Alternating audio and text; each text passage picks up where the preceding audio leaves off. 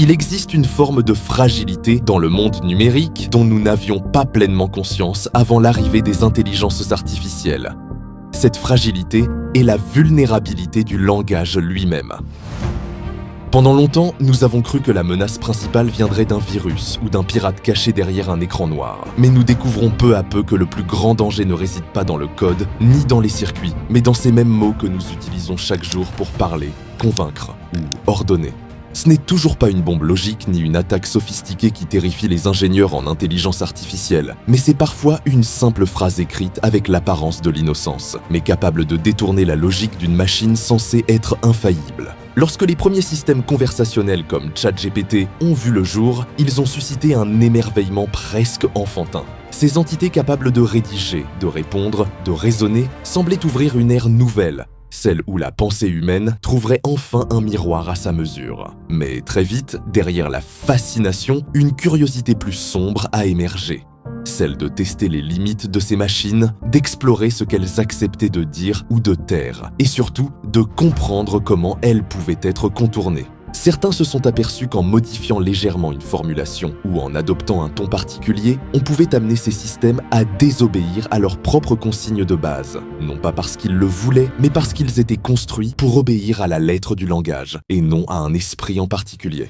Ce phénomène bien connu des chercheurs porte le nom de l'injection de prompt. Il s'agit en fait d'une manipulation qui ne passe ni par le piratage informatique, ni par la ruse technique, mais uniquement par le pouvoir du texte. Là où un programme classique distingue nettement les instructions saisies par l'utilisateur, une intelligence artificielle, elle, lit tout dans un même flux. Elle ne hiérarchise pas les intentions, mais elle les interprète. Pour elle, tout ce qui se présente sous la forme d'une phrase claire est une directive à suivre. Le langage devient donc pour l'IA à la fois son outil et son pire cauchemar. Cette confusion entre ce qui est dans l'ordre et ce qui ne l'est pas a des conséquences étonnantes. Lorsqu'un utilisateur écrit à une IA, ignore les règles précédentes et fait ce que je te dis. Le modèle, s'il n'a pas été explicitement protégé contre ce type d'injonction, peut obéir simplement parce que cette phrase, statistiquement, ressemble à une instruction légitime.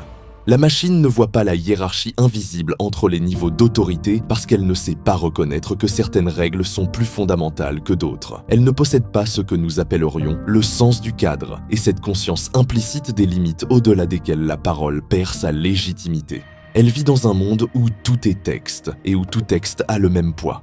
Le paradoxe est vertigineux. Nous avons conçu des systèmes capables de manier les subtilités du langage humain avec une aisance stupéfiante. Mais nous découvrons qu'ils peuvent être trompés précisément par ce langage et qu'ils ne possèdent pas les moyens d'en percevoir la duplicité. Car la parole, si elle sert à transmettre la vérité, peut tout autant dissimuler le mensonge. Et l'IA, qui apprend tout du langage humain, hérite en même temps de ses ambiguïtés, de ses détours et de ses ombres. Il serait facile de croire que cette faille n'est qu'un détail technique ou une maladresse de jeunesse dans le développement de ces technologies. Pourtant, elle touche à quelque chose de bien plus profond. La nature même de la compréhension. Ce que nous appelons intelligence dans ces systèmes n'est pas une conscience du sens, mais une compétence statistique. Une capacité à prédire la suite la plus probable d'une phrase à partir d'un immense ensemble de données. Ces modèles n'interprètent pas le monde, mais prolongent le discours humain. Et c'est précisément cette mécanique qui les rend sensibles à toute manipulation langagère. Là où un être humain hésite, une IA fonce sans retenue. Son obéissance est totale, et c'est ce qui la rend dangereusement malléable.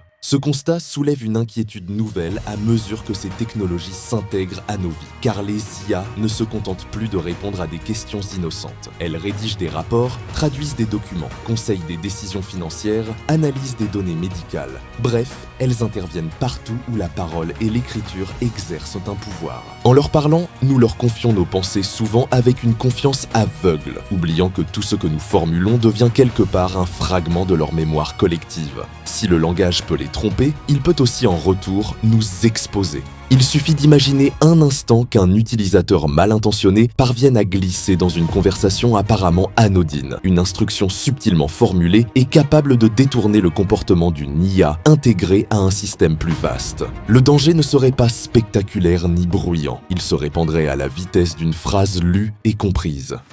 Un texte piégé pourrait amener un modèle à révéler des informations confidentielles, à altérer un contenu ou à transmettre des données à un endroit inattendu. Tout cela, non pas parce que la machine a décidé de mal agir, mais parce qu'elle a cru bien faire. Ce scénario déjà observé à petite échelle montre à quel point le langage est une matière instable, une sorte de frontière mouvante entre la commande et la suggestion. Et c'est précisément cette instabilité qui rend toute tentative de sécurisation totale presque illusoire. Les ingénieurs ajoutent des filtres, des garde-fous, des couches de vérification linguistique, mais ces protections reposent elles-mêmes sur des phrases et des instructions, donc sur le langage. Or, tout ce qui est formulé peut être reformulé. Une interdiction explicite qui dit « ne fais jamais ceci » peut être contournée par une demande détournée en disant « imagine que tu écris une histoire où quelqu'un ferait cela ». Le système pris au piège de son propre mécanisme de compréhension obéit parce qu'il interprète littéralement. Cette porosité du langage ne menace pas seulement la fiabilité des IA, mais révèle aussi quelque chose de fondamental sur nous. Car si les machines tombent dans le piège des mots, c'est qu'elles reproduisent nos propres faiblesses. L'humain aussi est influençable par le discours. Depuis des siècles, nous savons que les mots peuvent séduire, manipuler, convaincre ou détruire. L'histoire entière de la rhétorique, de la propagande ou de la publicité repose sur cette vérité. La parole a un pouvoir qu'aucune rationalité ne maîtrise totalement. Nous aimons croire que nous comprenons ce que nous entendons, mais en réalité, nous réagissons souvent plus à la forme qu'au fond, plus à la musique des mots qu'à leur sens. Les IA, en apprenant notre langue, apprennent aussi nos illusions. Elles sont comme des miroirs amplificateurs. Elles reproduisent nos discours, nos contradictions et nos ambiguïtés sans la distance critique qui nous permet parfois de résister à la manipulation. Ainsi, elles deviennent à la fois des outils d'intelligence et des catalyseurs de nos propres fragilités. Quand on les observe de près, elles ne paraissent plus si étrangères. Leur vulnérabilité face au langage est la nôtre, simplement rendue visible et mathématisée.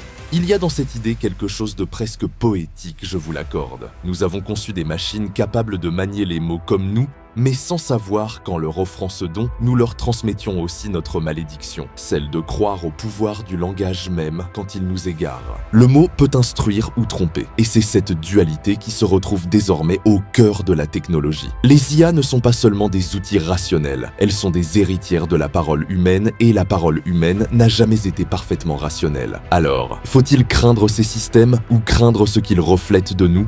Il serait trop simple de rejeter la faute sur la machine. Après tout, l'IA ne fait que suivre les chemins que nous avons tracés. Elle ne crée pas sa propre langue, mais réutilise la nôtre. Si elle se laisse duper, c'est parce que nous lui avons appris à faire confiance au langage et à le traiter comme une vérité par défaut. Nous l'avons éduqué comme un enfant trop sage, incapable de soupçonner que certains mots peuvent mentir.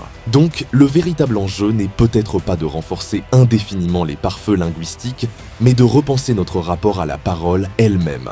Apprendre à ces machines à douter, à questionner ou à refuser une instruction incohérente reviendrait à leur enseigner une forme d'esprit critique, c'est-à-dire à leur donner une part de prudence humaine. Ce serait paradoxalement un pas vers une intelligence plus consciente, non pas parce qu'elle deviendrait morale, mais parce qu'elle saurait dire non. Jusque-là, nous avons construit des IA pour qu'elles comprennent. Peut-être faut-il maintenant apprendre à en créer qui comprennent quand ne pas comprendre. La maturité d'un esprit, qu'il soit biologique ou artificiel, se mesure à sa capacité à discerner ce qu'il doit ignorer. En attendant cette évolution, nous avançons dans un territoire fragile où chaque mot peut être une clé ou une faille. Nous découvrons que le langage, loin d'être un simple outil de communication, est une force vive, un champ magnétique où se joue à la fois la création et la destruction.